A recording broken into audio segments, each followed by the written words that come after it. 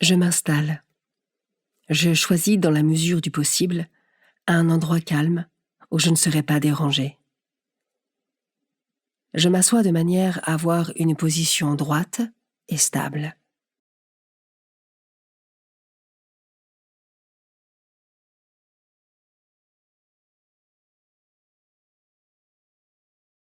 J'inspire et j'expire paisiblement.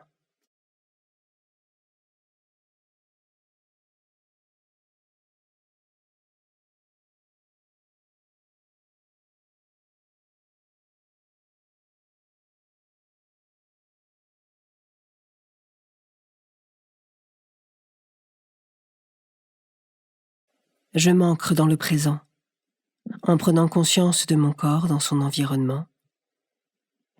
Je suis attentif à la position dans laquelle je suis assis, aux parties de mon corps qui me servent d'appui.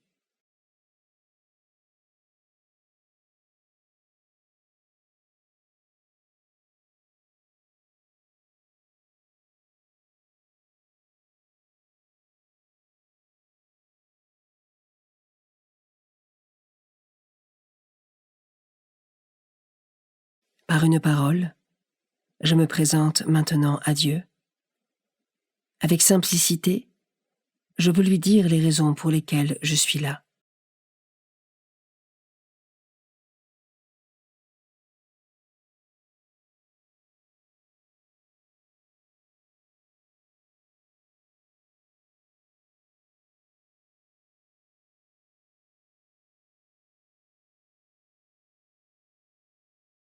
Évangile de Jésus-Christ selon saint Jean, chapitre 5, versets 1 à 16. À l'occasion d'une fête juive, Jésus monta à Jérusalem. Or, à Jérusalem, près de la porte des brebis, il existe une piscine qu'on appelle en hébreu Beth Zata. Elle a 5 colonnades, sous lesquelles était couchée une foule de malades, aveugles, boiteux et impotents. Il y avait là un homme qui était malade depuis 38 ans. Jésus, le voyant couché là, et apprenant qu'il était dans cet état depuis longtemps, lui dit « Veux-tu être guéri ?» Le malade répondit « Seigneur, je n'ai personne pour me plonger dans la piscine au moment où l'eau bouillonne. Et pendant que j'y vais, un autre descend avant moi. » Jésus lui dit « Lève-toi, prends ton brancard et marche. » Et aussitôt l'homme fut guéri. Il prit son brancard, il marchait. Or, ce jour-là était un jour de Shabbat. Les Juifs dirent donc à cet homme que Jésus avait remis sur pied « C'est le Shabbat. Il ne t'est pas permis de porter ton brancard. » Il leur répliqua « Celui qui m'a guéri, c'est lui qui m'a dit « Prends ton brancard et marche. » Ils l'interrogèrent « Quel est l'homme qui t'a dit « Prends ton brancard et marche » ?» Mais celui qui avait été rétabli ne savait pas qui c'était. En effet, Jésus s'était éloigné, car il y avait une foule à cet endroit. Plus tard, Jésus le retrouve dans le temple et lui dit « Te voilà guéri, ne pêche plus. Il pourrait arriver quelque chose de pire. » L'homme partit annoncer aux Juifs que c'était Jésus qui l'avait guéri. Et ceux-ci persécutaient Jésus, parce qu'il avait fait cela le jour du Shabbat.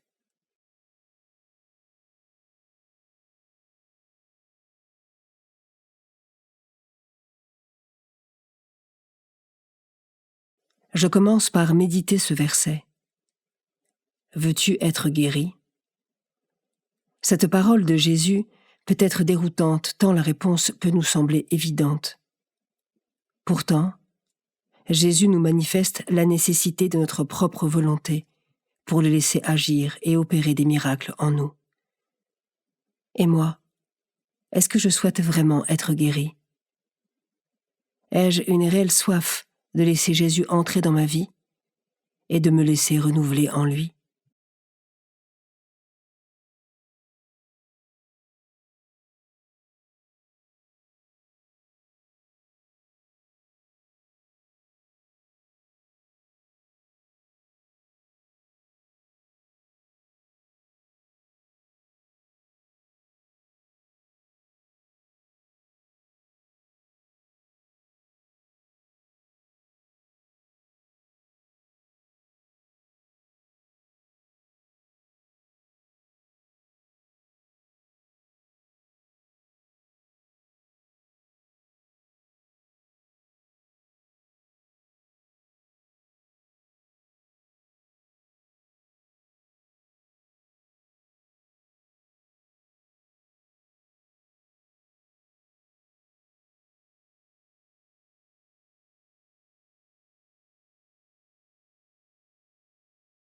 Je peux maintenant m'arrêter sur cet autre verset.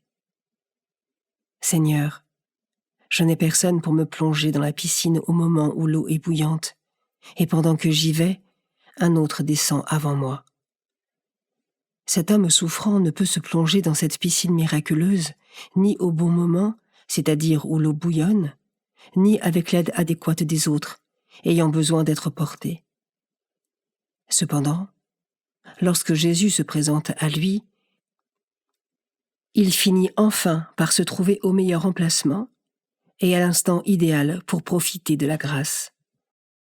Ai-je conscience que c'est aussi ce qui se passe lorsque je me mets en présence de Dieu et que je cherche à me mettre à sa rencontre?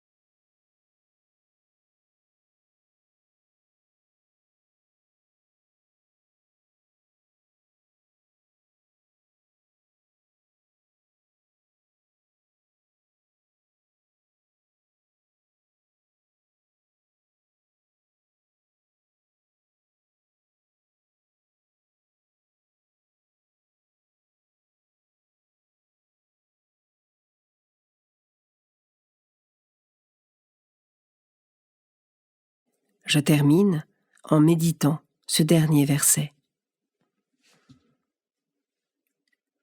Te voilà guéri. Ne pêche plus. Il pourrait arriver quelque chose de pire. Toute guérison venant de Dieu se fait dans la gratuité la plus totale. Mais ces guérisons, signes concrets de son amour pour tous les hommes, doivent nous amener à nous tourner sincèrement vers lui. Cela passe par une vraie conversion et par une attitude de gratitude, même dans les mauvais moments, pour que notre amour soit lui aussi gratuit, sans chercher à tout prix quelque chose en retour. Comment cela résonne en moi?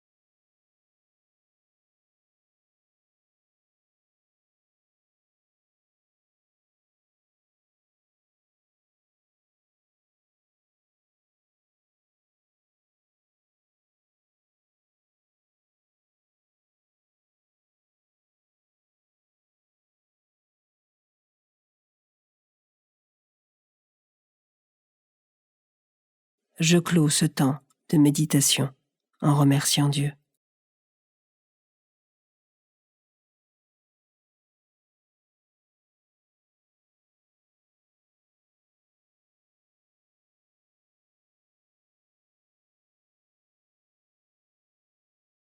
Belle journée et à demain.